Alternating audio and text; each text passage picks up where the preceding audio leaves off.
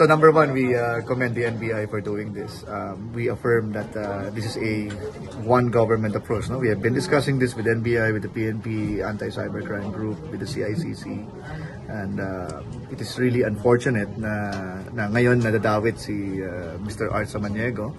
I understand that he's also a founder of Scamwatch and have been doing anti-hacking activities, no, in public. But right now, I think the subpoena was already served for Art to be able to explain naman his side. And NBI is still building the case so that they can file this with the prosecutorial service of the DOJ. That's the update right now. But sir, yung pending the investigation, kasi diba katulong din po madalas ng DICT si Sir Art. So, hindi mo na siya tutulong in any... Well, I understand that the Scamwatch is partnered with CICC, which is a attached agency of DICT. I also understood from my discussions with Josel that Art daw is on leave, indefinite leave sa Scamwatch.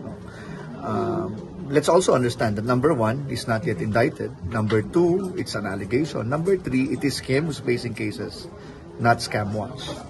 That said, we'll also have to discuss this with CICC and Scamwatch, how we can manage the situation. Because I understand how it looks, no? Na parang there's an organization associated with him, and then we're partnering with it.